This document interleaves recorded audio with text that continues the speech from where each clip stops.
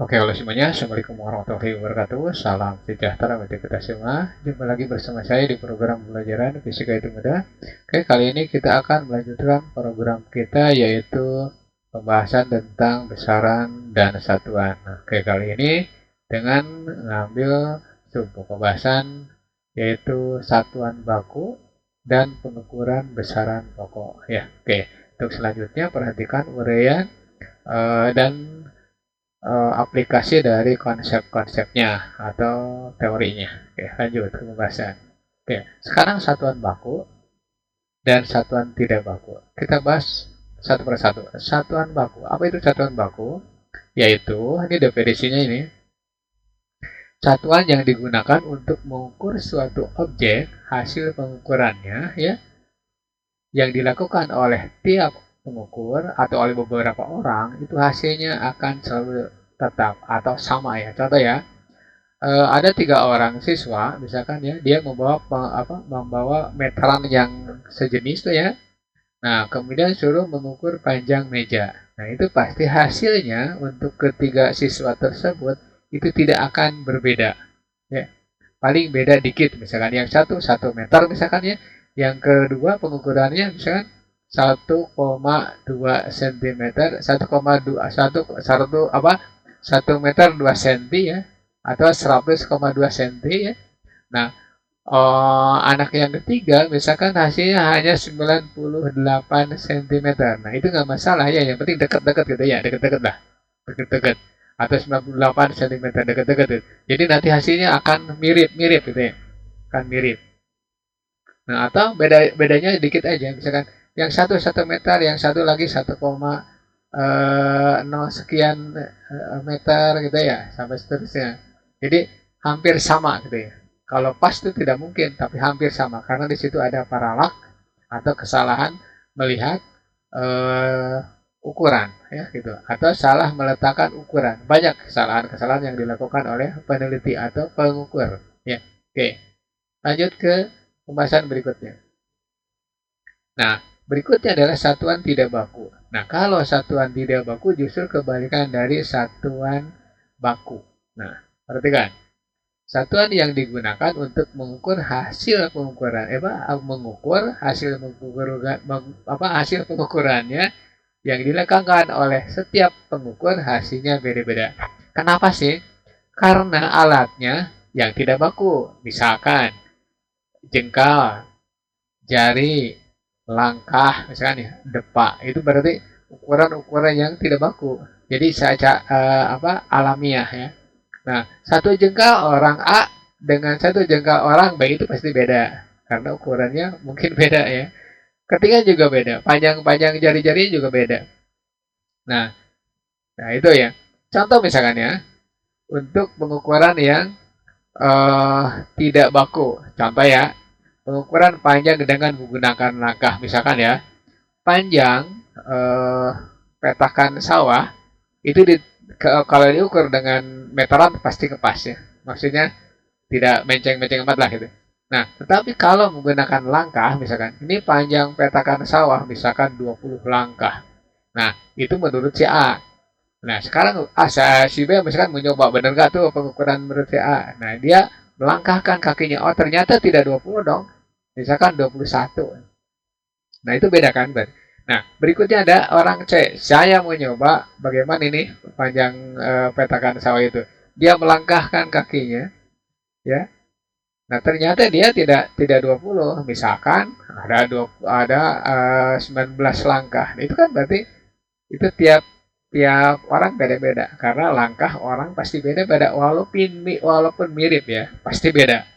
Nah, berikutnya pengukuran lebar buku dengan menggunakan jengkal atau meja lebarnya pakai jengkal, 5 jengkal, 4 jengkal, 10 jengkal. Nah, jengkal tiap orang pasti beda ya.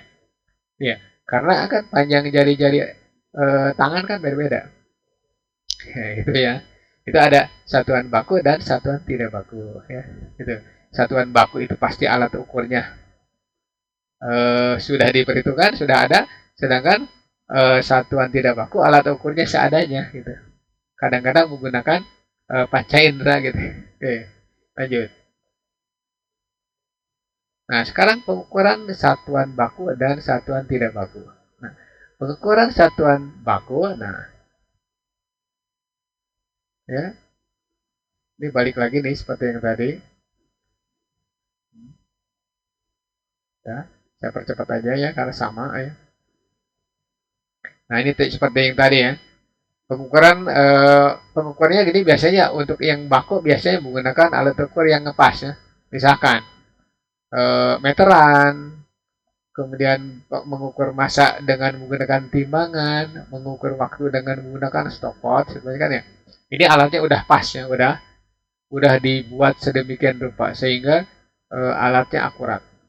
Meteran misalkan atau timbangan dengan digital sekarang lebih akurat lagi. Kemudian stopwatch tidak lagi pakai jarum tapi jarum penunjuknya, tapi pakai digital. Nah, oke itu. Kemudian pengukuran satuan tidak baku ini yang saya katakan tadi itu alat ukurnya pasti beda-beda.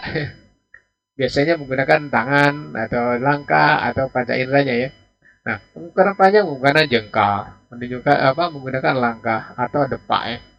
Nah, kemudian pengukuran waktu menggunakan taksiran berdasarkan posisi matahari. Sekarang lagi zuhur nih.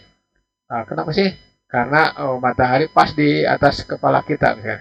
Padahal itu nggak ngepas itu ya. Nah itu berarti contoh-contoh pengukuran dan alat ukur untuk satuan baku dan satuan tidak baku. Oke, gampang lah. Nah sekarang yang berikutnya pengukuran besaran pokok. Nah tadi besaran pokok yang ditetapkan yaitu massa panjang gitu ya. Sekarang kita ambil yang massa. Nah fungsi alat yaitu alat untuk mencari massa sebuah benda, mencari atau mengukur ya sebuah benda massanya ya. Nah jenis alat, jenis alatnya banyak, ya. Tapi ya secara umum ini disebut juga eh, timbangan atau neraca seperti ini. Nah ini neraca digital, ya saya ambil dari amungguru.com ya. Nah di sini itu tertera display, display itu berarti tampilan dalam bentuk angka di sini. Nah kalau di sini kita misalkan limbang benda, maka nanti misalkan ini akan menunjukkan angka, misalkan 20, artinya 20 kg itu ya. Oke. Nah, ini timbangan yang manual, ini digital, ini manual. Nah, yang namanya manual bisa benar, bisa salah, ini juga sama ya, bisa diprogram. Nah, yang jelas nanti yang paling akurat adalah yang menggunakan digital ya atau elektronik. Nah, ini alatnya, timbangan atau neraca. Ini biasanya digunakan oleh ibu-ibu di dapur untuk nimbang terigu ya, nimbang gula, sampai seterusnya. Nimbang ayam, daging ayam gitu. Oke, lanjut ke apa? Bukan ke pembahasan berikutnya. Oke, saya percepat ya. Nah, pengukuran besaran pokok. Ini seharusnya duluan nih, nggak masalah ya. Panjang. Nah, fungsi alat untuk mengukur panjang suatu objek atau benda. Nah, jenis alatnya ini bisa meteran atau penggaris, bisa jangka sorong, bisa meteran biasa ya. Ya, ini meteran lipat itu dari itu digunakan untuk penjahit ya. Ini mikrometer. Nah, sekarang ini alat ukur penggaris itu biasanya untuk mengukur panjang-panjang benda yang panjang, lebih panjang gitu ya. Bisa 1 meter bisa menggunakan penggaris. Nah, sedangkan meteran ini bisa saja mengukur benda yang panjangnya lebih dari 1 meter, 2 meter, 3 meter ya, sampai seterusnya. Yang ini juga sama. Apa meteran yang raw ya, maksudnya raw. Ini ada yang panjang, ada yang 100 meter sejenis ini ya. Bergantung pada aplikasinya atau pemakaiannya apa gitu. Kemudian ini jangka sorong. Ya. Jangka sorong juga ada yang digital, ada yang manual ya. Nah di sini manual. Nah, berarti ini untuk mengukur ketebalan benda, ya. Kemudian diameter, ya. Panjang juga bisa. Nah, sedangkan untuk mikrometer sekrup itu biasanya digunakan untuk mengukur benda-benda yang ketebalannya kurang, ya, kurang di bawah ketebalan yang digunakan untuk mengukur apa untuk menggunakan jangka sorong itu ya. Oke, itu yang kedua ya. Oke, berikutnya besaran pokok. Itu tetap pengukuran besaran pokok. Yang ketiga, waktu. Fungsi alat yaitu untuk mengukur atau melihat waktu suatu kejadian ya, atau gejala ya. Nah, jenis alatnya yang pertama nih, stopwatch digital. Sekarang gampang ya, tidak usah melihat jarumnya, tinggal melihat displaynya berapa ya. Oke. Stopwatch ya. Tuh. Itu yang terakhir ya. Jadi saya batasi saja alat-alat yang digunakan untuk mengukur besaran pokok. Nah, next video yaitu pengukuran besaran turunan dan kompresi satuan.